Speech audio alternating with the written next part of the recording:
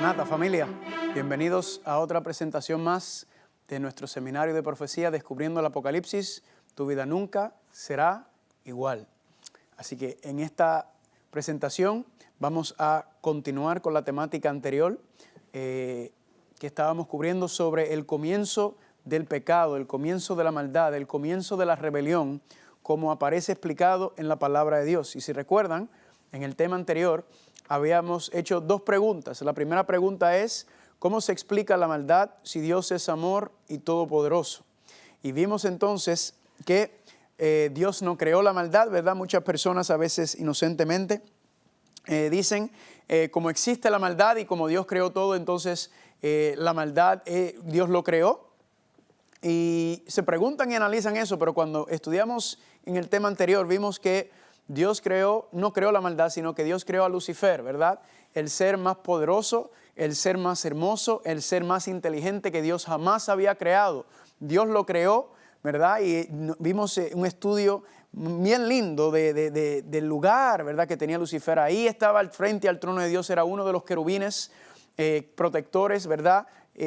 Estaba en un lugar privilegiado verdaderamente, pero lamentablemente, como estudiamos, dice que dentro de Lucifer nació, se halló la maldad, el pecado. Y si recuerdan, el sinónimo de la palabra pecado, maldad, me gusta utilizar la palabra egoísmo, que quiere decir que el egoísmo es que yo pienso en mí. Y vimos que eso fue lo que le pasó a Lucifer. Él no estaba contento con el lugar, con la posición que Dios le había puesto, sino que él quería más. Él deseó más. Él quería y deseó y codició el trono de Dios. Vimos que él quiso ser Dios, él quiso usurpar y tomar el lugar de Dios sobre la tierra. Y la segunda pregunta, entonces, que es cómo Dios va a resolver el problema de la maldad y el pecado sin destruirnos. Eso va a ser en nuestra próxima presentación, porque hoy vamos a continuar entonces con la misma temática de cómo entonces llegó la maldad a la tierra, ¿verdad? ¿Cómo fue que nosotros, los seres humanos, nos vimos involucrados en este gran conflicto cósmico, cuando vimos que toda la guerra, todo lo que comenzó en el reino de los cielos, ¿verdad? La primera batalla, la primera guerra que surgió, dice Apocalipsis capítulo 12, versículo 7, que fue en el cielo.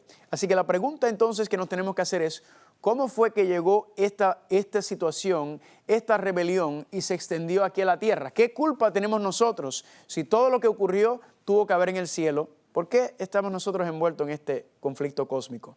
Y para eso, familia, entonces, quiero llevarlos a un lugar muy interesante. Quiero que vayan conmigo a Génesis capítulo 3. Génesis capítulo 3. Y quizá usted se está preguntando, pero ¿y por qué vamos a ir a Génesis? ¿Por qué vamos a ir al libro de Génesis si esto se llama Descubriendo el Apocalipsis? Es un seminario de profecía. ¿Por qué el libro de Génesis? Y es muy sencillo. Como habíamos dicho anteriormente, el libro de Apocalipsis, la revelación, ¿verdad? El correr el velo, el descubrir, el revelar el mensaje que Dios nos está revelando, que Dios nos está dando, es lo que está implícito en el libro de Apocalipsis.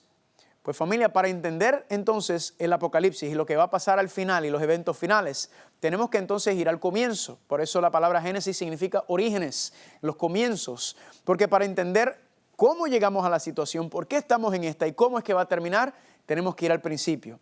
Y entonces yo quiero que me acompañen a Génesis capítulo 3 y quiero decirle algo sobre Génesis capítulo 3. Si las personas me preguntaran a mí cuál es el capítulo más importante de la Biblia, ¿verdad? ¿Cuál es el capítulo que más impacta la Biblia? En mi opinión, es Génesis capítulo 3. En Génesis capítulo 3 se explica todo.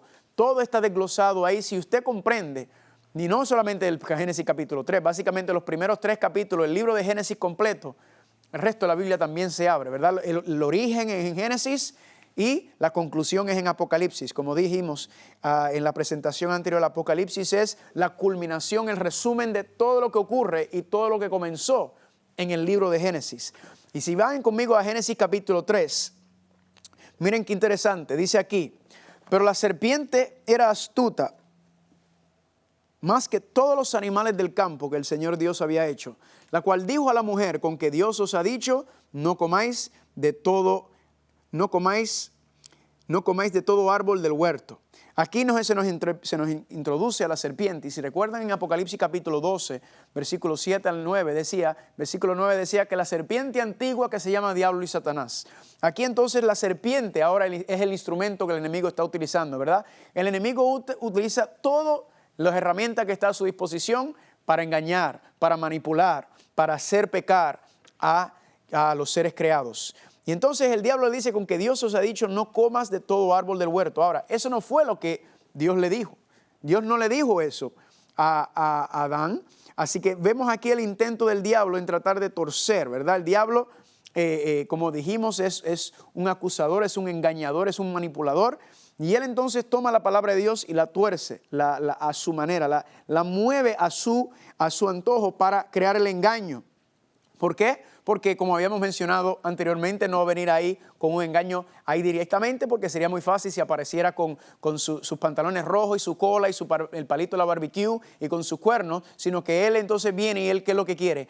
Él quiere entonces crear la impresión de que es de Dios, pero verdaderamente es una mentira. Eso es lo que el diablo dice, por eso habíamos dicho que es sumamente importante que usted conozca su Biblia, que estudie su Biblia. ¿Por qué? Porque el diablo se conoce la Biblia mejor que todos nosotros juntos. Y usted no se puede dejar llevar por lo que digo yo, por lo que dice otro. Usted tiene que tener su propia relación, su propio estudio con la Biblia. Así que le exhorto a que busque, a que estudie, a que escudriñe, y esperemos que con este seminario usted pueda tener ese deseo de seguir profundizando. Sigue diciendo, versículo 2, y la mujer respondió a la serpiente, del fruto de los árboles del huerto podremos comer. Aquí ya el primer problema de la mujer en responder, ¿verdad que sí? Pero lamentablemente había sido engañada. Y sigue diciendo, pero del fruto del árbol que está en medio del huerto, dijo Dios, no comerás de él ni lo tocarás para que no mueras. Entonces, aquí ella, familia, está explicándole, está entrando en una discusión con la serpiente, diciéndole, no, Dios nos dijo que no comeremos ni tocáramos para que no muramos. Entonces la serpiente dijo a la mujer, ¿qué cosa? No morirás. En otras palabras, ¿qué le dijo la serpiente a la mujer? Dios te mintió. Dios es un mentiroso. Si recuerdan, en la presentación anterior habíamos dicho las acusaciones del diablo, ¿verdad? Que Dios era un dictador, que Dios era un abusador, que Dios era un sobornista, que era un corrupto. Ahora el Satanás acusa a Dios de ser un mentiroso, porque le dijo que la serpiente le dijo a la mujer, no morirás. En otras palabras, Dios te está mintiendo. Dios no te está diciendo la verdad. Ahora, hay una razón, ahora el diablo le va a explicar, le va a proponer que hay una razón por la cual Dios le está mintiendo. Y eso lo vemos en el versículo número 5. Dice, no morirás, sino que sabe Dios que el día que comas de él serán abiertos vuestros ojos y seréis como Dios. Entonces, ¿qué es lo que el diablo le está proponiendo a Eva? Le está diciendo, mira, Dios te mintió. Dios te está mintiendo, Dios es un mentiroso y Él no te está diciendo la verdad. Y ahí hay una razón detrás de la mentira.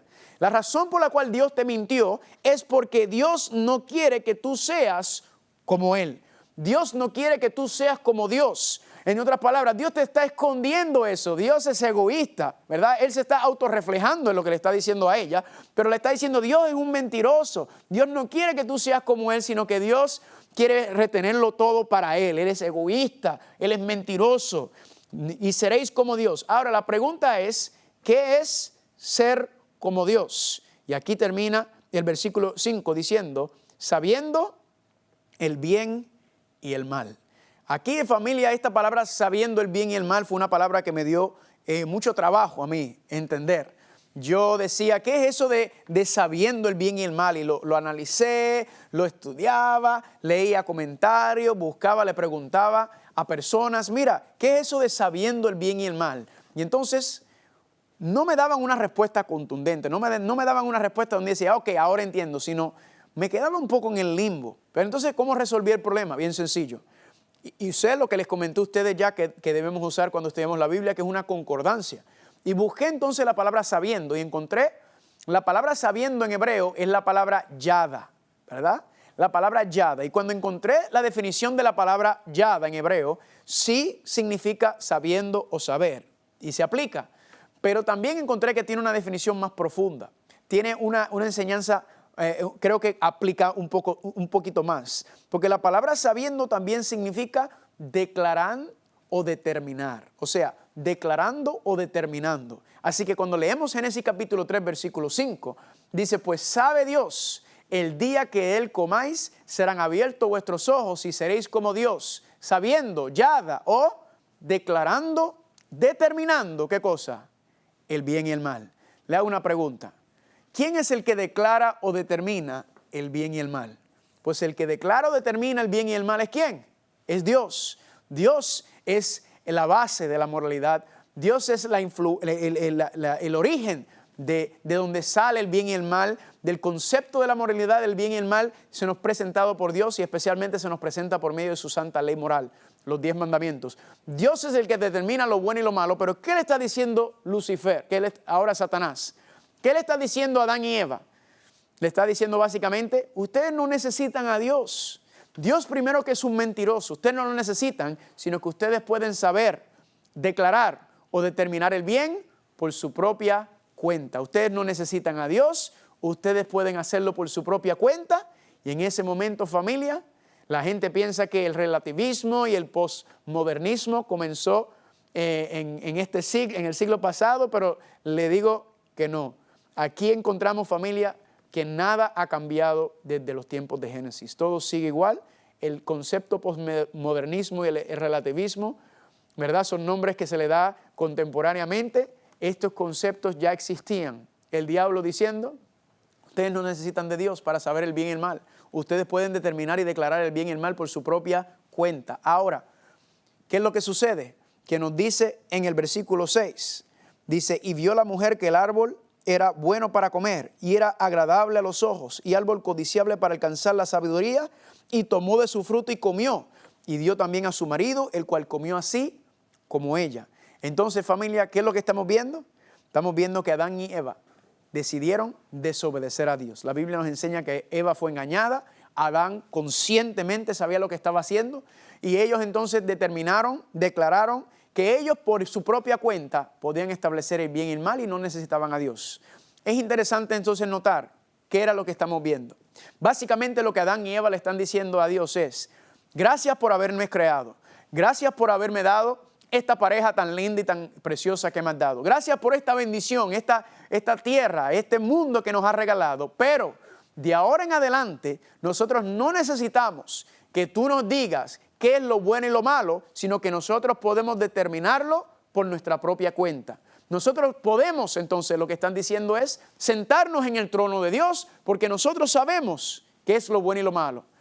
Y en esta dinámica, familia, muy interesante que está pasando, muy triste, de hecho, a Eva engañada, Adán conscientemente, ¿verdad? Adán hizo de Eva una diosa. Él puso a Eva primero que a Dios. Él no esperó a que Dios interviniera, que Dios trajera una solución, sino que él mismo entonces tomó las cosas en sus propias manos y lamentablemente entonces nuestros primeros padres cayeron.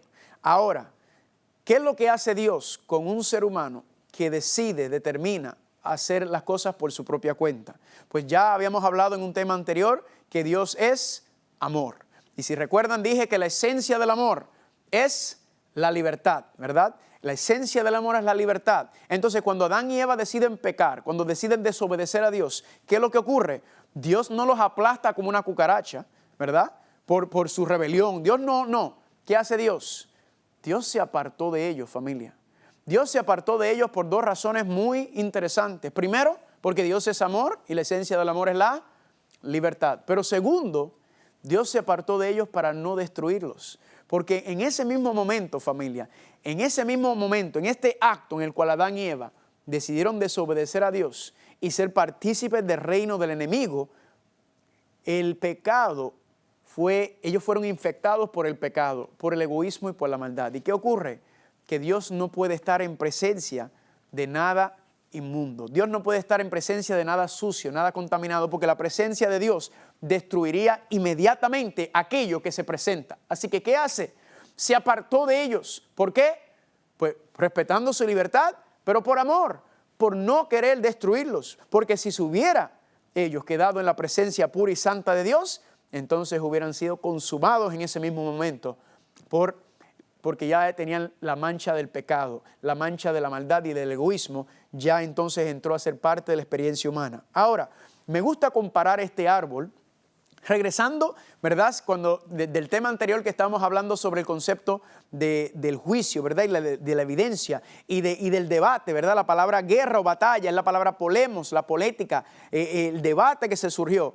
Pues dentro de este debate, ahora el debate al pasar a la tierra ahora, ¿qué sucede? Que Adán y Eva entonces también tomaron su decisión. ¿Por qué?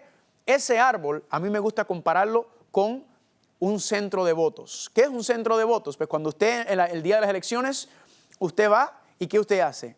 Usted entra dentro de la urna y dentro de la urna usted entonces toma su papeleta y usted toma un voto a favor de ¿quién?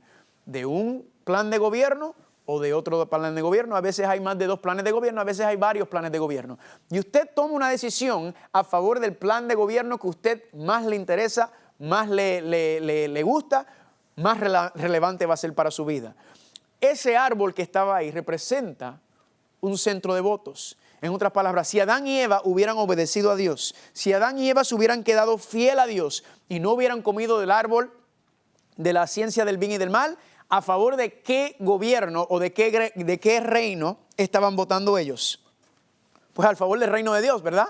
Estaban tomando a favor de pertenecer y de dejar la tierra dentro de la autoridad del reino de los cielos. Pero al comer del árbol y desobedecer a Dios, entonces lamentablemente ellos estaban tomando una decisión a favor de qué reino, a favor del reino de las tinieblas, a favor del reino del enemigo. Y familia, ellos tomaron su voto y lamentablemente entonces este mundo entonces entró dentro de la jurisdicción del reino de las tinieblas, de lo que el enemigo quería hacer.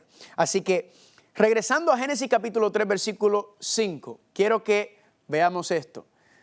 Pero Dios sabe que el día que de él comas serán abiertos vuestros ojos y seréis como Dios, sabiendo qué cosa, el bien y el mal. Ahora, ¿quién es el que quiso ser como Dios? Porque la proposición que él está haciendo a Adán y Eva es que ustedes pueden ser como Dios. Dios les está mintiendo, ustedes pueden ser como Dios.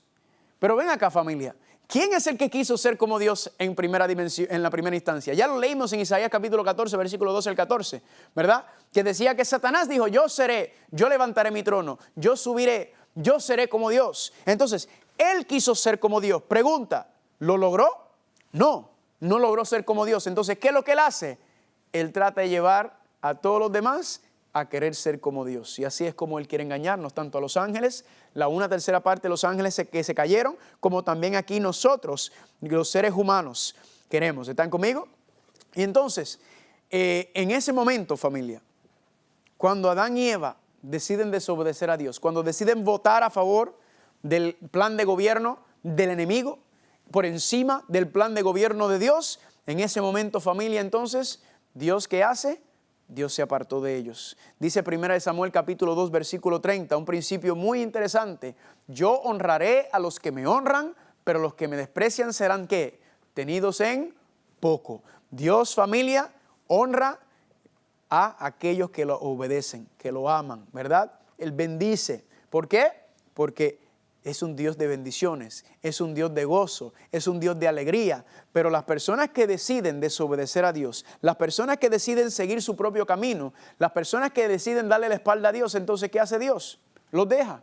¿Por qué Dios deja a las personas que no lo quieren en su vida? ¿Por qué? Porque Dios es amor y la esencia del amor es la libertad. Entonces, Dios en su infinita sabiduría, familia, lo permite cuando el ser humano no quiere saber más. Pero escúcheme bien. Dios no te da la espalda a ti, tú le das la espalda a Dios. Nosotros somos los que decidimos darle la espalda a Dios, como Adán y Eva hicieron.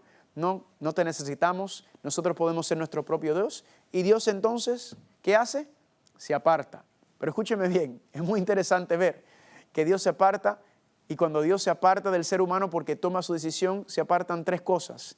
Se apartan sus bendiciones, se aparta su protección, y vamos a ver más adelante que hasta la vida misma se aparta, porque Dios es el dador de vida, Dios es el origen de vida, Dios es el que da vida. Por lo tanto, si usted no quiere a Dios en tu vida, entonces tú no quieres nada de lo que Dios quiere darte, entonces todo se aparta. ¿Están conmigo o no están conmigo? Estamos viendo qué interesante, familia. O sea, entramos y estudiamos cosas que a veces parecen tan básicas y verdaderamente son bien profundas y se aplican a nuestra vida, se aplican a lo que estamos viendo. Entonces Adán y Eva se apartan, deciden ponerse a un lado, deciden seguir su propio rumbo y deciden seguir por sus propios caminos. Ahora, ¿cuál fue el resultado de la deshonra y de la desobediencia de Adán y Eva? ¿Cuál es el resultado de esa deshonra y esa desobediencia? Pues Romanos capítulo 6, versículo 16 lo dice. si se someten a alguien para obedecerlo como esclavos, se hacen esclavos de aquel a quien obedecen. Adán y Eva, al estar sometidos bajo la autoridad de Dios, pues estaban bajo el reino de Dios, pero nos dice Romanos 6:16 que al ellos desobedecer a Dios y al obedecer al diablo, entonces Adán y Eva se convirtieron en esclavos del diablo. Y si Adán y Eva eran los reyes, Adán era el rey y Eva la reina. Si él era el gobernante de la tierra, Adán, quiere decir que al él someterse, al él obedecer al diablo, entonces el diablo se convierte ¿en qué? Se convierte en el gobernante de esta tierra, se convierte en el príncipe. Y mucha gente se sorprende cuando escuchan esto. Dicen, pero ¿cómo va a ser eso? Pues Jesucristo mismo lo dijo en Juan capítulo 14, versículo 13. Ya no hablaré mucho con ustedes, pues viene ¿quién? El príncipe de este mundo. El mismo Jesucristo reconoció cuando él llegó a la tierra que el enemigo era el príncipe de este mundo. Él era el gobernante. ¿Cómo? Porque Adán le entregó el gobierno, a Adán le entregó el dominio al querer someterse, al querer obedecer al enemigo. Entonces el enemigo se convierte en el gobernante, en el príncipe de esta tierra, pero en la próxima presentación, en las próximas 2 o 3, vamos a ver que solamente eso fue hasta que Cristo venció en la cruz del Calvario y venció la muerte en la resurrección. Así que gloria a Dios por el plan de salvación. Y dice, incluso, ya sabemos que entró ¿qué cosa?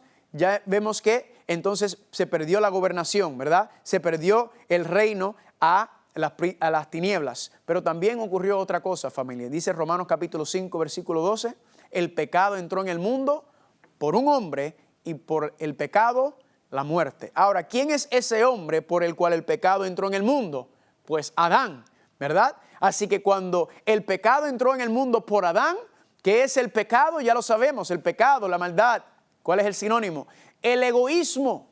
El egoísmo, familia. Adán puso lo que él quería primero que Dios. Él puso sus deseos, ¿verdad? No sé cuál era la actitud de Adán, quizás diciendo, voy a perder a mi mujer, quizás pensando que Dios le iba a quitar a Eva y no le iba a dar otra más, ¿verdad? Repitiendo nuevamente, se adelantó, no esperó a que Dios interviniera y ver cuál era la solución que Dios iba a presentar. Adán se dio un paso al frente. ¿Y qué sucedió entonces? Al él tomar ese control, entró la maldad, entró el pecado. Adán y Eva entonces fueron infectados con el virus del pecado, con el virus de la maldad. Ellos fueron infectados por ese cáncer que es el egoísmo, ¿verdad? Esa enfermedad entonces se convierte en parte de la existencia de Adán y Eva, lo cual no era anteriormente, porque recuerdan que Génesis dice que todo era bueno en gran manera. Así que en ese momento entra el pecado al mundo, entra dentro de la experiencia humana, y por eso, desde ese momento, todos los que nacieron y los que nacemos desde Adán y Eva para acá, nacemos ¿con qué? Nacemos con el pecado y la maldad, el egoísmo como nuestra naturaleza. Como decía el salmista, ¿verdad? En maldad he sido formado y en pecado me concibió mi madre. Y así, familia, fue como entonces toda esta situación entró aquí. Todo este dilema se presenta aquí. Y por eso dice 1 de Juan capítulo 5, versículo 19, el mundo entero está bajo ¿qué? El maligno. Cuando preguntamos, ¿qué es lo que está pasando en este mundo? ¿Por qué este mundo es así? Es porque Adán y Eva básicamente le entregaron este mundo al enemigo, y el enemigo entonces fue el que tenía el control sobre todo lo que estaba aquí. Ahora, me pregunté yo una vez y decía, ¿por qué Dios, después de haber pasado esto, por qué Dios simplemente no le quitó la tierra a Satanás? Porque Satanás era el gobernante legítimo. Él le había quitado a Adán la gobernación de esta tierra. Y entonces la pregunta es, ¿por qué Dios no se la quitó? Porque Dios podía haber argumentado, mira, tú se lo quitaste, pero fue por engaño. Tú se lo quitaste, pero fue por medio de tus artimañas. ¿Por qué Dios no le quitó la tierra del poder al enemigo? Y ahí entiendo que hay 2 razones. Primero, es la justicia de Dios. ¿A qué me refiero? Dios es un Dios justo. Y el diablo sabe que Dios es un Dios justo. Entonces, si Dios le hubiera dicho a Satanás, mira, devuélveme la tierra porque tú la tuviste por medio del miedo, por medio del engaño, ¿verdad? Por medio de la mentira. Devuélveme la tierra. El enemigo le hubiera dicho a Dios, es que tú eres un Dios justo. Y como yo le quité la tierra a un hombre, tiene que ser un hombre el que me lo quite a mí. Voy a repetir eso porque esa es la base de todo lo que vamos a estar hablando próximamente. ¿Cómo fue? Si Dios le hubiera dicho a Satanás, devuélveme la tierra porque me la quitaste por medio del engaño, por medio de la mentira, ¿qué él hubiera dicho? Satanás, tú eres un Dios justo y como yo se lo quité a un hombre, Adán, tiene que ser un hombre, un ser humano que me lo quite. Y si usted entiende lo que estoy hablando, usted está empezando a entender el plan de salvación. Está empezando a entender por qué Dios se hizo hombre. Amén. ¿Por qué? Porque tenía que ser un ser humano el que le quitara, el que pudiera recuperar el dominio de la tierra. No podía ser un ángel. Primero que como quiera, ningún ángel puede vencer a Lucifer porque era el ser creado más poderoso. El único que puede vencer a Lucifer ¿es quién? Es Cristo. Entonces, en ese contexto, familia, la justicia de Dios se está manifestando, familia. ¿Cuántos dicen amén? Lindo, no es lindo eso, ¿verdad? Y la segunda razón, familia, es por lo que habíamos dicho, la libertad. Dios respetó la decisión. ¿Por qué Dios permitió la maldad y la rebelión? Pues dice 1 de Juan capítulo 4, versículo 8, vamos a leerlo nuevamente. El que no ama no conoce a Dios porque Dios es amor. Y la esencia del amor, familia, ¿es qué? Es la libertad. Familia, la rebelión de Lucifer, la rebelión de los ángeles caídos y la desobediencia también de Adán y Eva es evidencia de esa libertad. Y la naturaleza de Dios, familia, ahí no dice que Dios tiene amor, ahí decía que Dios es amor. En la misma esencia del carácter de Dios, todo lo que Dios hace, todo lo que Dios dice, todo es producto del amor. Así que cualquier creencia que nosotros tengamos, cualquier doctrina cristiana, bíblica que tengamos, tiene que estar fundado sobre ese concepto de que Dios es amor. ¿Están conmigo o no están conmigo? Y la naturaleza de Dios se manifiesta. Escúcheme bien, Dios no es maravilloso simplemente por lo que Él hace. Dios es maravilloso por quien es, por su carácter. Y quién es Dios se refleja o se manifiesta por lo que Él hace. Amén. Y por eso, familia, el carácter de Dios, la esencia de Dios es el amor, es eso. Y le voy a dar un ejemplo, ¿verdad? Usted puede forzar el amor, usted puede imponer el amor sobre otras personas. Le doy un ejemplo. Vamos a pensar que estuviéramos nosotros en un banco, ¿verdad? Estamos en un banco y de momento entran unos pistoleros, unos ladrones, ¿verdad? Con escopetas. Y ellos entran al banco y le dicen a todo el mundo, póngase contra la pared. ¿Qué es lo que tú vas a hacer? Pues yo no sé lo que tú vas a hacer, pero yo me voy a poner contra la pared si una persona me está apuntando con una escopeta, con un revólver, un arma de fuego. Luego, imagínense que diga, ahora sáquense todas las cosas de pertenencia, los teléfonos, las carteras, todo lo que tienen, sáquelo todo y empiezan a recoger. ¿Qué usted va a hacer? Yo le voy a entregar todo lo que esa persona me pide. Pero ahora pongamos un ejemplo, que dentro de esa situación hipotética, venga la persona con un revólver y le ponga la escopeta entre medio de tus ojos, aquí, y luego te mira a los ojos y te dice el asaltante, ahora quiero que me ames. Ahora quiero que me ames. Pregunta, ¿podrás amar a una persona de esa manera? Es imposible. Es imposible, familia. ¿Por qué? Porque el amor no puede ser forzado. El amor no puede ser obligado. El amor, familia, y la base es la libertad. Cuando usted se casó con la persona con la que se casó, ¿verdad? Yo espero que no había alguien obligando a esa persona a hacerlo. Yo le doy gracias a Dios que cuando yo me casé con mi esposa, que no había alguien detrás de ella con un revólver diciéndole, dile que sí, ¿verdad? Eso fue su determinación, su libertad. Ella libremente decidió casarse conmigo, ¿verdad? Ahora, ella tiene esa libertad, pero no es libre de las consecuencias de haberse casado conmigo, ¿verdad? Porque el matrimonio es una cosa tremenda, una relación muy, muy difícil, pero es una relación muy, muy linda, una gran bendición, ¿verdad? ¿Por qué el matrimonio a veces es difícil? Porque somos egoístas, queremos jalar para nuestro lado, queremos hacer las cosas a nuestra manera y no queremos ceder. Y cuando entramos en una relación de matrimonio, es que usted tiene que ceder, usted tiene que aprender a humillarse, al igual que humillarse ante de Dios. Así que gloria a Dios porque en el matrimonio las personas libremente toman la decisión de decir, sí, yo quiero casarme con esa persona, sí, yo quiero entregarle mi vida a esa persona. Escúcheme bien, familia, Dios tiene todo el poder para obligarnos a nosotros a obedecerlo. Dios tiene todo el poder para obligarnos a nosotros a adorarlo. Pero como Dios es amor y la esencia del amor es la libertad, sería en contra de su misma naturaleza forzarnos o obligarnos. ¿Están conmigo? Dios no obliga a nadie ni a nadie a seguirlo y obedecerlo. Todo es ¿por qué? Es por libertad. Dios quiere ganarse tu amor. Dios te presenta tu amor. Y en el próximo tema, en la próxima presentación, cuando contestemos la segunda pregunta que dice, ¿cómo Dios de amor va a resolver el problema del pecado y la maldad que existe dentro de nosotros? Usted va a ver a Cristo, usted va a ver el amor de Dios manifestado como nunca lo ha visto anteriormente. Así que, pero eso le estoy dando un adelanto de las cosas que van a estar viniendo dentro de nuestro seminario de profecía. Así que cuando vemos, familia, el diablo es totalmente lo contrario. ¿Qué hace el diablo?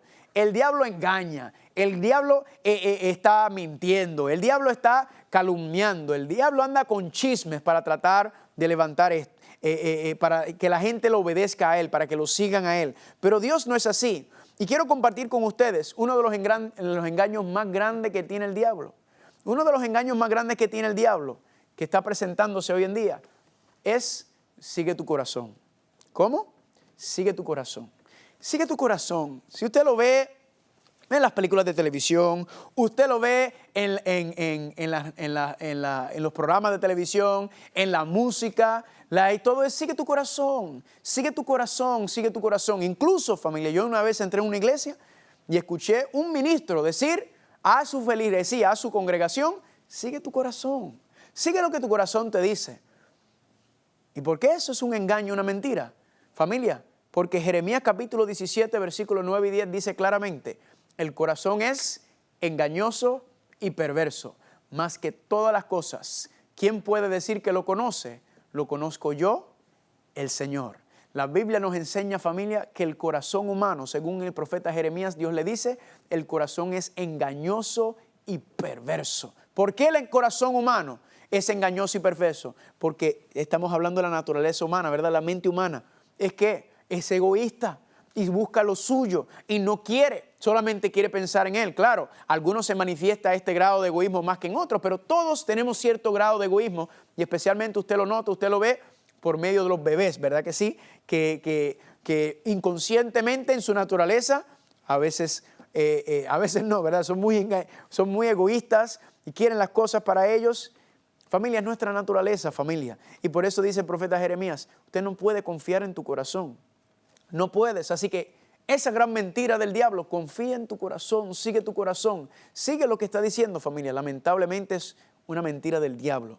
Dios no quiere que tú sigas tu corazón porque Él sabe que tu corazón es perverso, que tu corazón es egoísta, sino que Dios nos dice en Proverbios capítulo 22, versículos 17 al 19, dice, inclina tu oído y aplica tu corazón a mi sabiduría, porque es cosa deliciosa si guardares dentro de ti, si juntamente se afirmaren sobre tus labios, porque para que tu confianza sea en el Señor. ¿Qué dice el Señor? Aplica tu corazón, ¿en dónde? En mi palabra, en mi sabiduría. Dios quiere que nosotros sigamos su palabra, que le seamos fieles a su palabra, que le seamos fieles a lo que Él dice aquí, porque Él nos conoce, Él nos creó. Él sabe, familia, qué es lo que puede, lo que nos destruye, qué es lo que nos hace infeliz, qué es lo que nos hace llevarnos por un camino torcido y perverso. Entonces Dios nos dice, yo quiero que tú sigas que sigas mi palabra, no que sigas tu corazón, no que sigas tus deseos, tus pensamientos, sigue mi palabra y si lo que tú deseas y lo que tú quieres va conforme a lo que yo tengo escrito, pues gloria a Dios. Pero aplica tu corazón a mi palabra, a mi sabiduría, a lo que yo estoy diciendo aquí. Familia, es un engaño del enemigo decir, ay, ¿qué es lo que sigue tu corazón?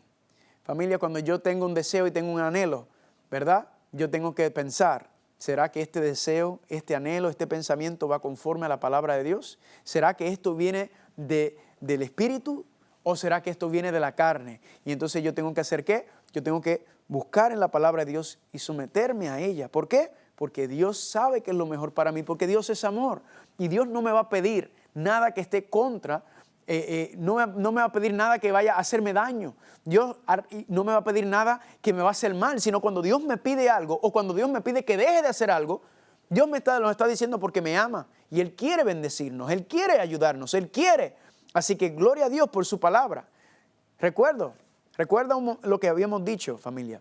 Cuando usted viene la palabra de Dios, al igual que Adán y Eva, y usted conoce lo que dice la palabra de Dios y lo que Dios te está pidiendo, y usted le dice, yo sé lo que dice aquí, pero yo quiero hacer mi propia voluntad. Yo sé lo que Dios dice en su palabra, pero yo quiero hacer las cosas a mi manera. Usted está haciendo lo mismo que Adán y Eva, lo mismo que hizo el enemigo, lo mismo que estás diciendo. Yo puedo declarar o determinar el bien y el mal por mi propia cuenta. Yo puedo. Y escúcheme bien, cuando tú conscientemente desobedeces lo que dice aquí, cuando tú sabiendo lo que Dios dice, tú decides desobedecerlo, familia, ¿qué es lo que ocurre? Dios no te aplasta. ¿Qué hace Dios? Dios se aparta de ti. ¿Por qué? Porque estás respetando tu decisión. Dios no quiere eso.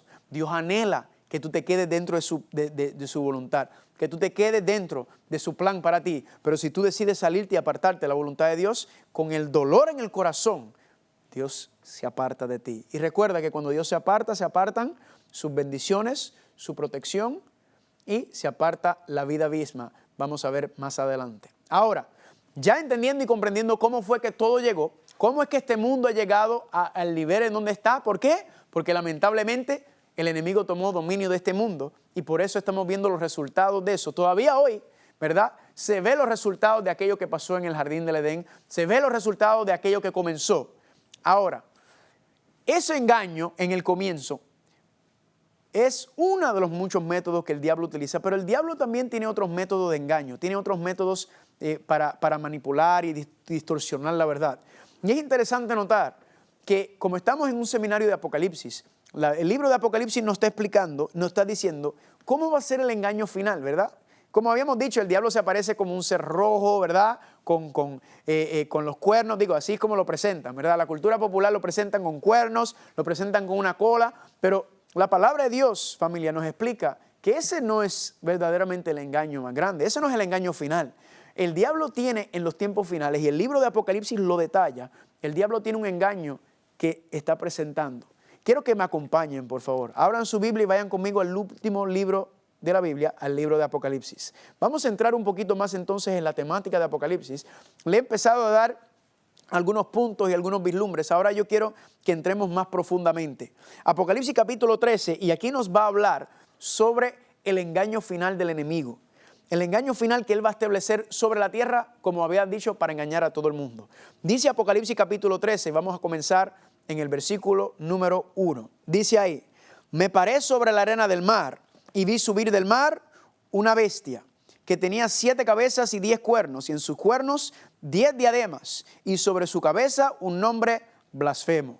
Aquí, si recuerdan, en la presentación anterior habíamos hablado sobre este versículo, ¿verdad que sí? Dice que vi subir del mar una ¿qué?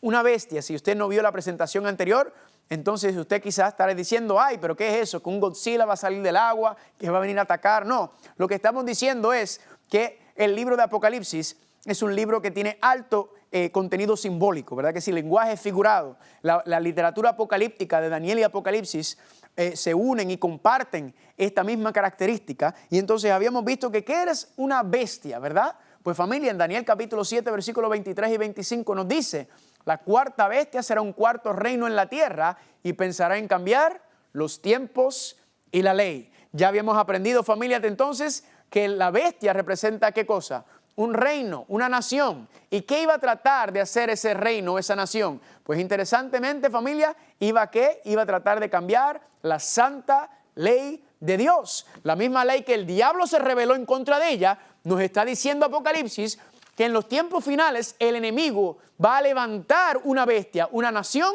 que ¿qué va a hacer? Exactamente lo mismo, va a querer pisotear la santa ley de Dios, el principio moral del gobierno de Dios. El enemigo va a utilizar la bestia para tratar de llevar a cabo su engaño. Sigamos leyendo. Dice, vi subir del mar una bestia que tenía ¿qué cosa? 7 cabezas. Si recuerdan, habíamos visto que en Apocalipsis capítulo 17, ¿verdad? Versículo 9, dice, esto es para la mente que tenga sabiduría. Las 7 cabezas son 7 montes, ¿verdad? 7 montes. Entonces, nuevamente, una nación, un reino se va a levantar. ¿Entre dónde? Entre el agua, entre el mar, que ya habían visto también en Apocalipsis 17:15, que son pueblos, muchedumbres, naciones y lenguas. Así que aquí se levanta esta nación. Y se levanta, ¿para qué? Para pisotear la ley de Dios. Esta nación, este reino se levanta, familia, donde hay 7 montes. Sigamos leyendo. Y 10 cuernos. Y en sus cuernos 10 diademas. Vamos a ver más adelante, cuando entremos en el estudio sobre el libro de Daniel, lo que representan esos 10 cuernos. Y en sus cuernos 10 diademas, y sobre su cabeza un nombre blasfemo. vamos a también a tocar ese punto sobre la blasfemia. Y dice el versículo 2, y la bestia que viera semejante a un leopardo, y sus pies como de oso, y su boca como boca de león. Y el dragón, ¿quién es el dragón? ¿China? No, recuerden que no, el dragón es ¿quién? El dragón es el diablo, y el dragón le dio su poder, su trono y su grande autoridad. Aquí entonces, familia, nos está confirmando lo que ya habíamos visto, que el dragón, el diablo, es el que está detrás de este sistema, de esta bestia, de esta nación, de este reino, ¿verdad? Y lo está utilizando para ejercer, para engañar. Versículo 3, y vi una de sus cabezas como herida de muerte, pero su herida mortal fue sanada, y se maravilló toda la tierra en pos de la bestia. Aquí nuevamente haciendo énfasis en el engaño. ¿Cómo es el engaño? El engaño es mundial, el engaño es total, familia. Lamentablemente la Biblia nos dice que toda la tierra está maravillada con la bestia. Vamos a seguir leyendo. Versículo 4. Y adoraron al dragón que había dado autoridad a la bestia, y adoraron a la bestia diciendo, ¿quién como la bestia y quién podrá luchar contra ella? Noten que cuando usted adore, le voy a dar un sinónimo para la palabra adoración. El sinónimo para la palabra adoración es la obediencia. Si usted quiere adorar a Dios, obedécele, porque esa es la adoración que Dios acepta. La palabra adoración, si usted lo estudia, la palabra adoración no significa brincar y saltar en ese contexto. La palabra adoración en griego es la palabra proskuneo, y la palabra proskuneo significa poner las rodillas y la frente en el piso. ¿Eso qué es? Eso es una señal de humillación, ¿verdad? La verdadera adoración, familia, es humillarse ante Dios y ponerse ante el Señor y Él hacer la obra. Él entonces ver nuestro compromiso, nuestra entrega, humillarnos ante Él, entregarle nuestro corazón, y entonces Dios se goza y se deleita en aquellos que lo honran a Él, que lo obedecen, que lo siguen, que le son fiel. Gloria a Dios por linda enseñanza. Pero aquí también dice que usted puede adorar ¿a quién? Puedes adorar a la bestia. En otras palabras, puedes estar obedeciendo a la bestia. Y si usted está obedeciendo a la bestia o esta nación y este reino, significa entonces que usted está obedeciendo ¿a quién verdaderamente? Al mismo diablo, dice aquí, ¿verdad? El que obedece a la bestia está obedeciendo o adorando el diablo. Versículo 5. También se le dio boca que hablaba grandes cosas y blasfemias, y se le dio autoridad para actuar por 42 meses. Eso es un periodo profético. Vamos a estudiar los tiempos proféticos también durante este seminario. Y nuevamente en el 5 recalca el asunto de las grandes cosas y blasfemias, ¿verdad? La palabra, el nombre blasfemo. Dice versículo 6, y abrió su boca, hablando de la bestia, en blasfemias contra Dios. Aquí nuevamente las blasfemias. ¿Para blasfemar de qué cosa? De su nombre, blasfemar el nombre de Dios, de su tabernáculo y de los que moran en el cielo. Noten, familia, que aquí está diciendo que la bestia está blasfemando contra Dios, está blasfemando su nombre. Blasfemar el nombre, familia, ese es el tercer mandamiento. No tomarás el nombre de Dios en vano, porque no dará Dios por inocente al que tomare su nombre en vano. Aquí, ¿qué está pasando? Nuevamente estamos viendo la violación, el pisotear la santa ley de Dios. Y dice que también blasfemó del tabernáculo. Interesante. En el tabernáculo vamos a ver que está el plan de salvación. Entonces, si el plan de salvación está en el tabernáculo, entonces significa que ¿qué está haciendo el diablo por medio de la bestia? Está pisoteando el tabernáculo, está pisoteando el santuario. ¿Por qué qué? Porque el diablo no quiere que nadie se salve. Y como el plan de salvación está explicado en el santuario, como el plan de salvación está detallado en el santuario, el diablo no quiere que nadie estudie el santuario. Por eso fue que cuando hablamos sobre el santuario y dijimos que íbamos a estudiar el santuario, mucha gente, ay, eso es Viejo Testamento, eso ya pasó, eso no es de ahora. Pues familia, el plan de salvación que está en el santuario está manifestado y lo vemos desarrollado completamente en Apocalipsis, de cómo Cristo nos va a salvar. Pero eso vamos a entrar más adelante. Sigue diciendo en el versículo 7, y se le permitió hacer guerra contra los santos y vencerlos. Así que la bestia ataca al pueblo de Dios. También se le dio autoridad, y escuche bien, sobre todo ¿qué? Toda tribu, pueblo, lengua y nación. Aquí nuevamente recalcando que el enemigo está utilizando a la bestia para engañar a todos. Dice el versículo 8, y la adoraron todos los moradores de la tierra. ¿Cuántos? Todos los moradores de la tierra cuyos nombres no estaban escritos en el libro de la vida del Cordero. Aquí nos dice, familia, que todos los moradores de la tierra estaban ¿qué? Adorando a la bestia. Y los que no la adoraban, los moradores de la tierra cuyos nombres no estaban escritos en el libro de la vida, estaban adorando a la bestia. En otras palabras, si tu nombre no está escrito en el libro de la vida del Cordero, usted va a adorar a la bestia. Y usted se preguntará, entonces, ¿cómo yo escribo mi nombre en el libro de la vida del Cordero? Pues no cunde el pánico, porque aquí vamos a tener un tema sobre eso. Se llama el funeral más deseado y el libro de la vida. ¿Por qué? Porque yo no quiero adorar a la bestia y yo no quiero que tampoco ninguno de ustedes. Así que tenemos que saber cómo escribir nuestro nombre en el libro de la vida del Cordero. Y que noten que dice aquí que fue inmolado ¿desde cuándo? Desde el principio o desde el comienzo del mundo. Versículo 9, si alguno tiene oído, oiga. Si alguien lleva cautividad, va en cautividad, y si alguno mata a espada debe ser muerto. Y sigue diciendo en el versículo 11, después vi otra bestia que subía de la tierra y tenía 2 cuernos semejantes a los de un cordero, pero hablaba como dragón. Noten ahora el panorama, cómo se vuelve más complicado. Ahora, ¿cuántas bestias hay? Ahora hay 2 bestias. Esta es la primera bestia, pero ahora nos dice que se levanta otra, segunda bestia, y esta se levanta de la tierra. Y tenía 2 cuernos semejantes a los de un cordero, pero hablaba como dragón. En otras palabras, esta segunda bestia que se levanta de la tierra tiene algo de cordero, que es Cristo, ¿verdad? Algo tiene, algún reflejo, pero también dice que habla como dragón, y el dragón es el diablo. Así que esta segunda bestia, vamos a ver que tiene 2 caras, ¿verdad? Presenta 2 caras. A veces presenta la cara de Cristo y a veces presenta la cara de dragón. Y dice versículo 12, y ejerce toda la autoridad de la primera bestia en presencia de ella, y hace que la tierra y los moradores de ella adoren a la primera bestia, cuya herida mortal fue sanada.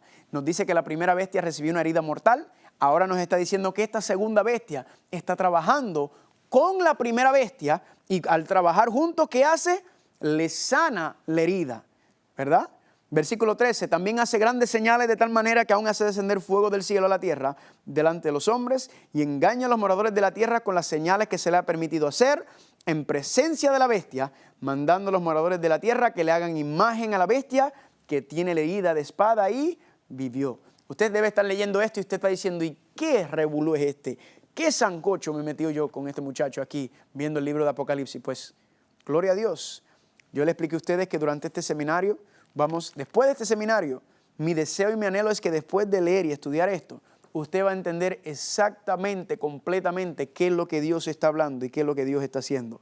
Dice el versículo 15, y se le permitió infundir aliento a la imagen de la bestia para que la imagen hablase y hiciese matar a todo el que no la adorase. Así que esta segunda bestia, ¿qué va a hacer? Le va a levantar una imagen a la primera bestia. Esas palabras, esa simbología también, familia, viene de otra parte de la Biblia, viene del libro de Daniel, donde en el Daniel capítulo 3, el rey Nabucodonosor, el rey de Babilonia, del cual estamos advertidos en la Biblia, el rey de Babilonia levanta una imagen y todo el que no adora la imagen era sentenciado a muerte. Allá en Daniel pasó de manera literal, local, ¿verdad? En Babilonia, con los judíos que estaban ahí, con el pueblo hebreo que estaba en ese momento. Pero ahora en Apocalipsis vamos a ver, familia, que ahora es mundial este asunto y simbólico. Ya no está hablando literalmente de Babilonia ni literalmente de los judíos, sino hay unas enseñanzas detrás de todo esto que vamos a estudiar más adelante. Y dice en el versículo 16, hacía que todos, pequeños, grandes, ricos, pobres, libres y esclavos, se le pusiese una marca en la mano derecha o en la frente, y que ninguno pudiese comprar ni vender sino el que tuviese la marca o el nombre de la bestia o el número de su nombre. Aquí hay sabiduría. El que tiene entendimiento cuente el número de la bestia, pues es número de hombre y su número es 666. Aquí, familia, entonces estamos siendo introducidos no solamente a la primera bestia, no solamente a la segunda bestia, no solamente a la imagen de la bestia, sino también a la marca de la bestia, al número 666. Mucha gente piensa que la marca de la bestia es el número 666, pero eso no es lo que dice aquí. Aquí dice que el número es el número de su nombre, ¿verdad? Y el número de la bestia, pues es número de hombre. Así que esa persona que vamos a ver más adelante, que sale de la bestia, que es el anticristo, o vamos a ver que se le llama también el cuerno pequeño, ese anticristo tiene un nombre y ese nombre tiene un número, y el número es 666. Familia, lo que acabo de hacer es querer introducirlo a los conceptos que vamos a estar estudiando durante este seminario, ¿verdad? Entendiendo que el engaño del diablo final, el engaño más grande que se va a levantar, no es en estar vestido de rojo él, con sus cuernos, y creer que eso es, que eso de alguna manera es importante. Al final del día, Apocalipsis nos está explicando que el enemigo viene con engaños. El enemigo viene con medio de esta bestia, de las dos bestias, para llevar un engaño mundial, para que todo el mundo caiga, familia. Y esta es la batalla final, esta es la guerra final. Esto es lo que está hablando el libro de Apocalipsis que se va a desatar, y todo esto lo vamos a ir estudiando y desglosando poco a poco. Así que yo espero que usted, como ya habíamos dicho, ¿verdad? Usted no tiene que asustarse, porque el libro de Apocalipsis no es para asustarnos. El libro de Apocalipsis simplemente nos está profetizando sobre eventos futuros que van a pasar. ¿Con qué razón? Para que estemos preparados, para que no estemos engañados. Ahora, le hago una pregunta. ¿Tenemos que tenerle miedo al diablo? ¿Será que el diablo va a reinar por siempre? Pues ya nosotros sabemos que no. Pero miren lo que dice Romanos capítulo 16, versículo 20. Y el Dios de paz aplastará en breve, ¿a quién? A Satanás bajo nuestros pies. Yo digo gloria a Dios por eso. La Biblia enseña que el enemigo estaba llevando a cabo su plan. Dios lo permitió. ¿Para qué? Para que todo el universo y todos los seres creados sepan y entiendan lo que es seguir el plan del enemigo, lo que es ir en contra de la voluntad de Dios. Estamos viviendo los resultados de esas decisiones, lo estamos viendo y palpando con nuestros propios ojos y nuestros propios sentidos. Todo esto lo estamos viendo, lo que es desobedecer a Dios, ir en contra de su voluntad. Pero quiero que noten, ¿y la bestia? ¿Será que la bestia también? Pues mire lo que dice Apocalipsis capítulo 19, vaya conmigo un momento. Apocalipsis capítulo 19, versículo 19, dice así: y vi a la bestia y a los reyes de la tierra y sus ejércitos reunidos para guerrear contra el que montaba el caballo y contra su ejército. Pero el versículo 20 nos dice, la bestia fue ¿qué? Apresada, y con ella el falso profeta que había hecho delante de ella las señales con las cuales había engañado a los que recibieron la marca de la bestia y habían adorado su imagen. Y estos fueron lanzados vivos dentro de un lago de fuego que arde con azufre. Así que la profecía nos dice y nos enseña que aunque el diablo esté utilizando a la bestia, aunque todos los reyes de la tierra, la mayoría de las personas del mundo estén adorando, siguiendo al enemigo, la profecía dice que también le va a llegar su final. Y cuando sea tirado en el lago de fuego, miren lo que dice Apocalipsis capítulo 20, versículo 14. También dice que la muerte y el Hades fueron lanzados al lago de fuego. Y esta es la segunda muerte. Y el que no se halló inscrito en el libro de la vida fue ¿qué? Lanzado al lago de fuego. Por eso es importante usted tener su nombre escrito en el libro de la vida, familia.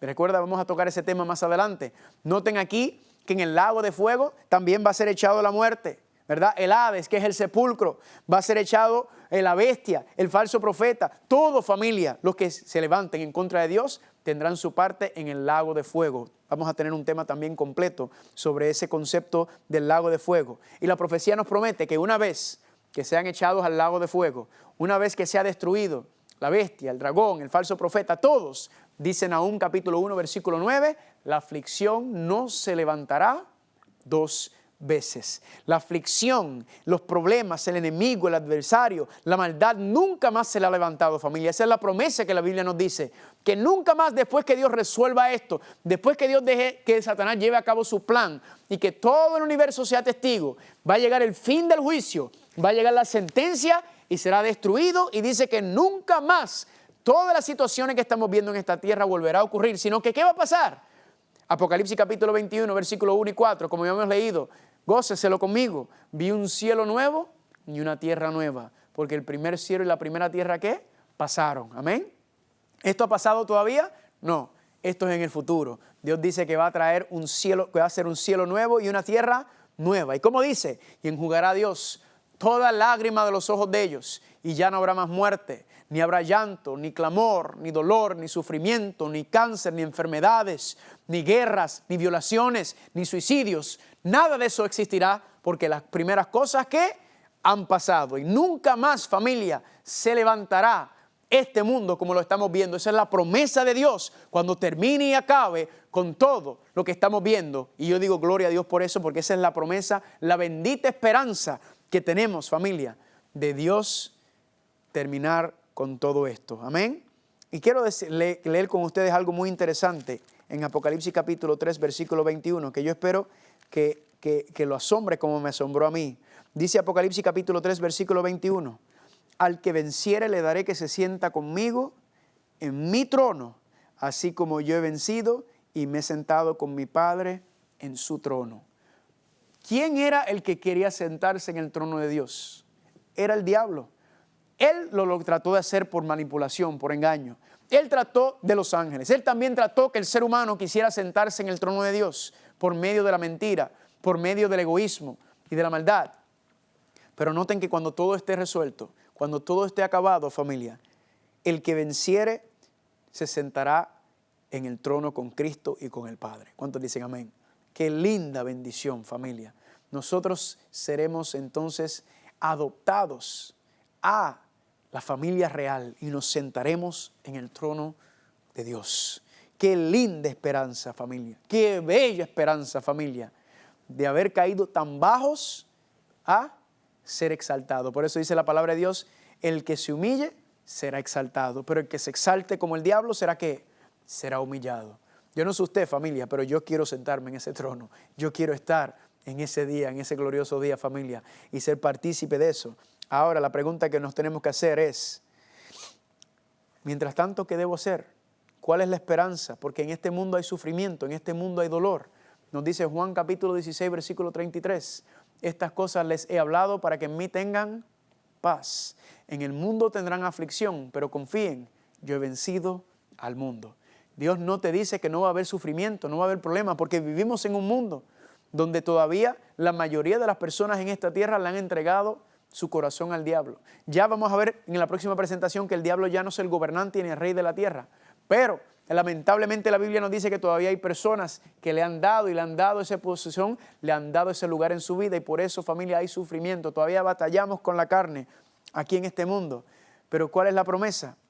Tranquilos, que Cristo ya venció. Y por eso nos dice en Isaías capítulo 41, versículo 10, no temas, que yo estoy contigo. No desmayes, porque yo soy tu Dios. Yo te doy fuerzas, yo siempre te ayudaré, yo te sostengo con la diestra de mi justicia. ¿Quién está a la diestra de la justicia del Padre, familia? Es nuestro Señor y Salvador Cristo Jesús, prometiéndonos que Él está intercediendo, Él está luchando, Él está peleando, Él está con nosotros en esta batalla, a pesar de los problemas, a pesar de las dificultades. Él nos promete que está en cada paso, en cada momento con nosotros. Dice, no temas, que yo estoy contigo, yo siempre te ayudaré. No sé el problema, la situación que estás pasando en tu vida, familia, pero sí tengo las promesas de Dios. La bendita esperanza de Dios nos da, y Él dice, no importa lo que estés pasando, no importa la dificultad, confía en mí, sométete a mí y yo te voy a ayudar, yo te voy a llevar. Que el Señor los bendiga mucho.